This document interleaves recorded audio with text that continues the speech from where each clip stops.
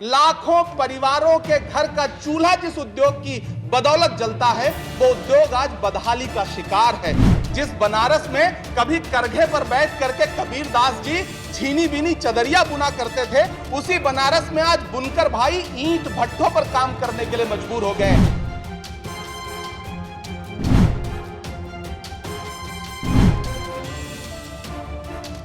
श्री इमरान प्रतापगढ़ी। कितनी आसाइशें हंसती रही है वानों में, कितने दर मेरी कहानी पे सदा बंद रहे।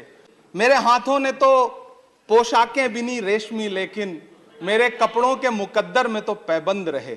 सभापति महोदय, मैं आज एक ऐसे समाज और उससे जुड़े उद्योग का दर्द आपके सामने रखने के लिए खड़ा हुआ हूं जिसे बुनकर समाज कहा जाता है, जो अपने हाथों के उंगलियों के हुनर से धागा जोड़ता है और हमारे आपके जिस्मों के लिए लिबास बनाता है। मैं एक ऐसे उद्योग का दर्द आपको सुना रहा हूं जो कृषि के बाद इस देश में सबसे ज्यादा रोजगार सृजित करता है। चाहे महाराष्ट्र का भिवंडी हो, मालेगांव हो, इचलकरंजी हो, उत्तर प्रदेश का बनारस हो, मऊ हो, मुबारकपुर हो, टांडा हो, मेरठ हो, इलाहाबाद का मऊआयमा हो, मध्य प्रदेश का बुरहानपुर हो, बिहार का भागलपुर हो, तमिलनाडु का सेलम हो, त्रिची हो, या फिर आंध्र प्रदेश का गुंटूर हो, इन तमाम शहरों में लाखों परिवारों के घर का चूल्हा जिस उद्योग की बदौलत जलता है वो उद्योग आज बदहाली का शिकार है। सभापति महोदय, पूरी टेक्सटाइल इंडस्ट्री में 60% लगभग कंट्रीब्यूशन पावर लूम इंडस्ट्री का है, लेकिन सरकार ने इस इंडस्ट्री को यतीम छोड़ दिया है, बेसहारा छोड़ दिया है।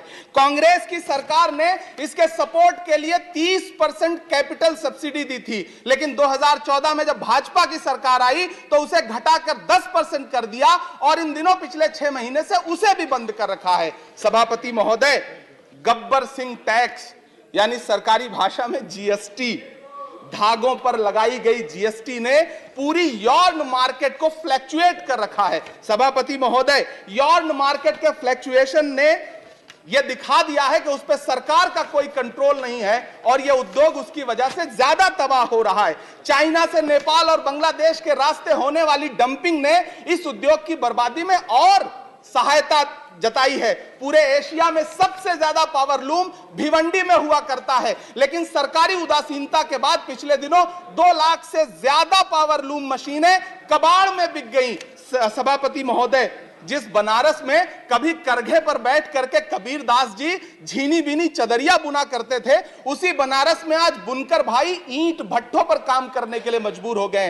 अंत में सभापति महोदय, मैं आपसे कहना चाहता हूं कि करघों के धागे टूट रहे हैं, मशीनें कबाड़ में बिक रही हैं, पावर लूम को सप्लाई होने वाली बिजली के बिलों का बोझ इतना भारी है कि बुनकरों के कंधे टूट रहे हैं। जीएसटी लगा करके सरकार ने उनकी कमर और तोड़ी है। सरकार ने जीएसटी की, आखिरी बात कह रहा हूं कि सभापति महोदय, सरकार ने जीएसटी की लिमिट 20 लाख रखी है। मैं अनुरोध कर रहा हूं, मांग कर रहा हूं कि जीएसटी की लिमिट कम से कम 50 लाख की जाए, इस उद्योग पर मरहम लगाया जाए